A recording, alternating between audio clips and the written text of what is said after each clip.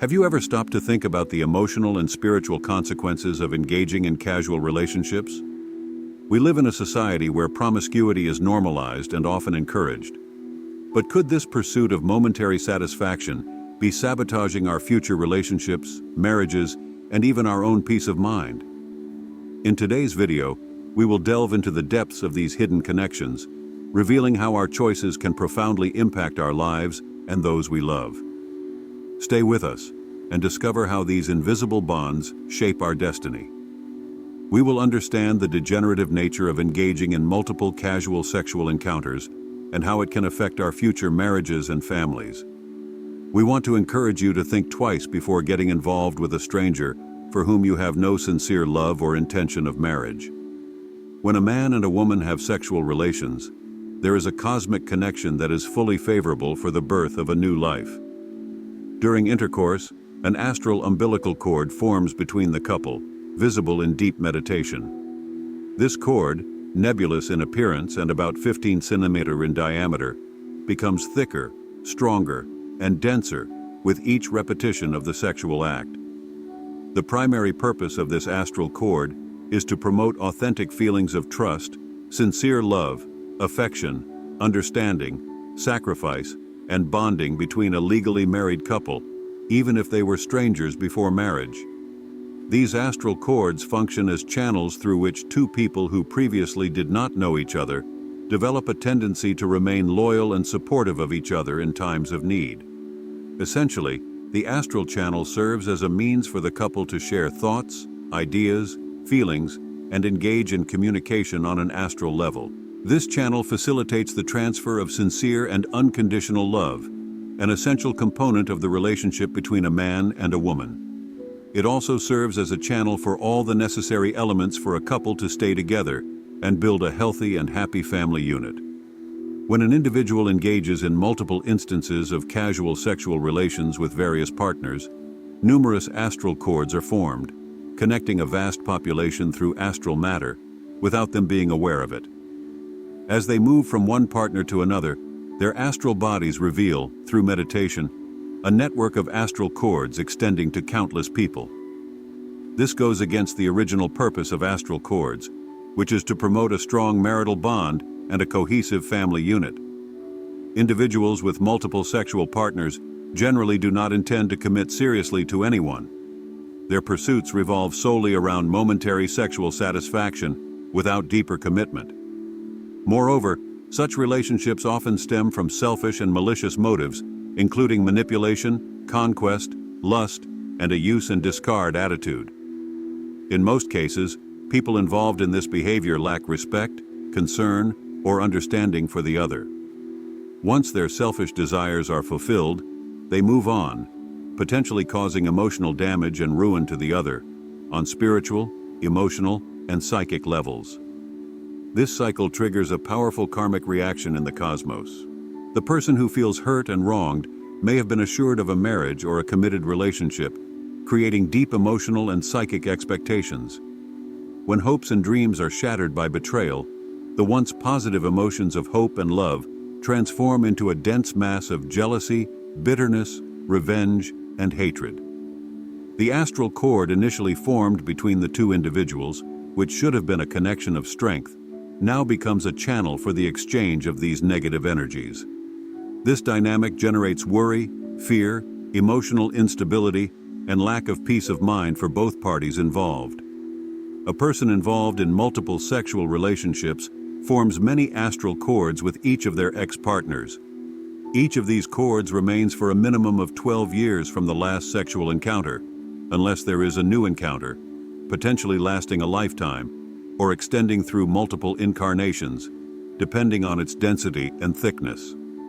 Even if someone recognizes their mistake and adopts a disciplined practice of brahmacharya to lead a virtuous life while consistently praying to God, it will still take a minimum of 12 years for each astral cord to disintegrate from the date of the last sexual encounter.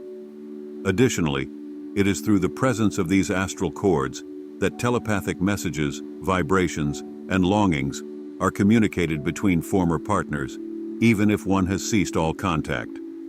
If one of the ex-partners, from any part of the world, intensely desires the involved individual, the other party will feel a sense of remembrance.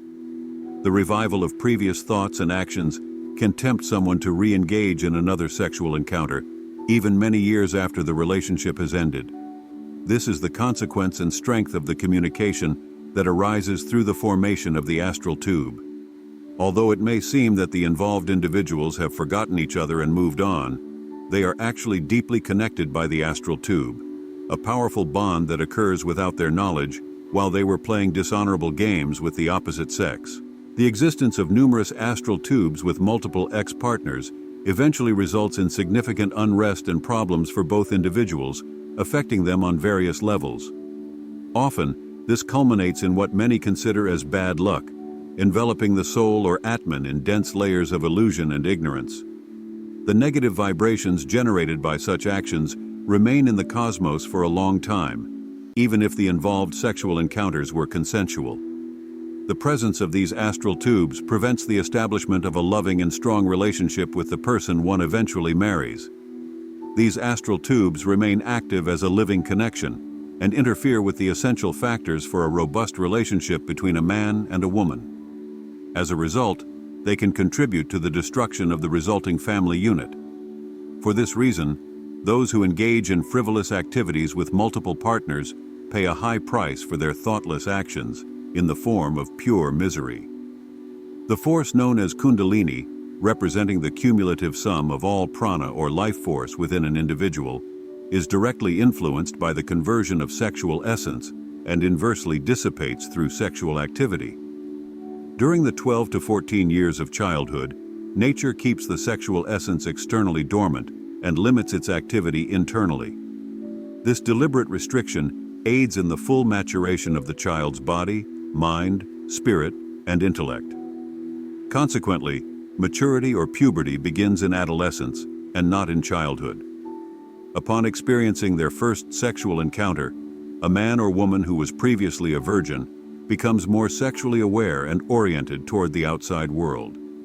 This increased awareness makes the individual more receptive to the forces of desire. Through sexual intercourse, a psychic astral tube, as previously discussed, is established between the Muladhara chakras of the two involved. When this force is utilized within marriage, sanctioned by the blessings of higher astral realms or gods, it is similar to the astral tube that forms between each member of the couple and astral entities like devas or gods, facilitated by the higher chakras. This establishes a sacred and divine state of matrimony.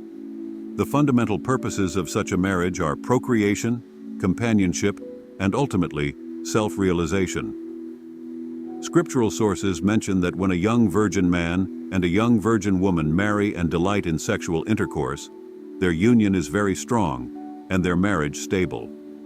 Their astral tubes or nadis merge, forming a single body and mind.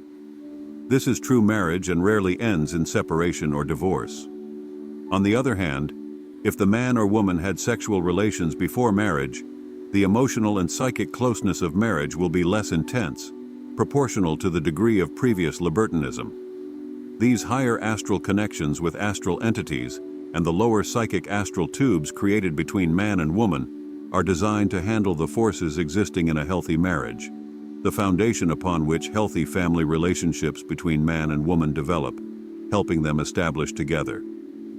After parenthood, the couple can enter a lifelong mode of brahmacharya and achieve self-realization. The release of the sacred seed via semen in the woman during sexual intercourse establishes, through the first chakra or Muladhara chakra, the psychic astral tube that can be clearly seen on the astral level during deep meditation. It is through this psychic tube that feelings, telepathic messages, and subtle modes of communication pass between the married couple. It is through the presence of this astral tube that we observe the abundant bonding, sacrifice, and unconditional love between couples whose love transcends the body and external factors. Many of these couples can perceive what the other is thinking or feel if something is wrong with the other, even when far apart. When a man and a woman participate in lighter forms of sexual expression, such as a touch or hug, a temporary connection of astral matter is established. This bond penetrates their auras, and envelops their physical forms as a psychic mass, connecting them by the extent of their bodies. This astral matter is generated by the release of emotional energies that merge their auras. The elimination of these toxins is usually represented by the emergence of some form of illness or short ailment. The suffering and pain that the brahmachari experiences during the illness help work out the negative karma, the cause of the toxin or impurity that was incorporated due to past actions, and is burned off as these layers of impurities are eliminated forever. The body becomes much stronger and impenetrable to future diseases or weaknesses. It develops the strength and power to become immaculate and untouched by external factors, fueled by the strength of the soul. Finally, upon reaching the complete state of an urvara, the yogi, which is called Joga Gayam Sharam, or the body purified by the power of yoga, becomes similar to a body made of steel, resistant to all forms of degeneration and decay, except those dictated by prabha karma, or that karma which must be worked out in the current life. Great physical and spiritual achievements can be easily attained in this state. In conclusion, it's important to reflect on how our sexual choices impact not only our present, but our entire emotional and spiritual future. Every decision has the power to shape our relationships and well-being. We want to help you build a more balanced and meaningful life. If you found this content valuable, subscribe to our channel to not miss more tips that can transform your life. Leave your like and share your experiences in the comments. And don't forget to watch our next video, where we will continue exploring ways to achieve a fuller and more harmonious life. The resulting psychic connection is powerful enough to draw them together repeatedly or cause emotional distress in separation. However, unlike the astral tube formed by intercourse, this lighter astral matter generally disappears in a few days, or at most, in a month, unless the encounter is repeated. Scriptures state that we are all born in a state of brahmacharya. When reaching puberty, those boys and girls who remain virgins maintain their inherent state of brahmacharya, which allows them to repel and perhaps not even notice many emotional and sexual temptations that would be difficult for non-virgins. This is because the astral shield around the virgin's aura has never been penetrated. Reading a book about worldly experiences only piques their curiosity, while those who have established psychic tube connections with a member of the opposite sex, as previously described, experience an awakening of sexual desire on a much more intense level. Such virgins who practice brahmacharya from puberty can easily continue a life of celibacy and achieve self-realization. Apart from marriage and parenthood, sexual intercourse between a virgin man and woman is the key that destroys this brahmacharya, just as all other forms of sensory stimulation, whether through sight, smell, taste, touch, or sound, that incite the sexual level, leading the person to self-stimulation and eventually to actual intercourse. Therefore, a brahmachari is advised to avoid anything that might incite the sexual level within themselves, as previously discussed. The astral umbilical tube, like a psychic tube, forms in the internal ether between the couple.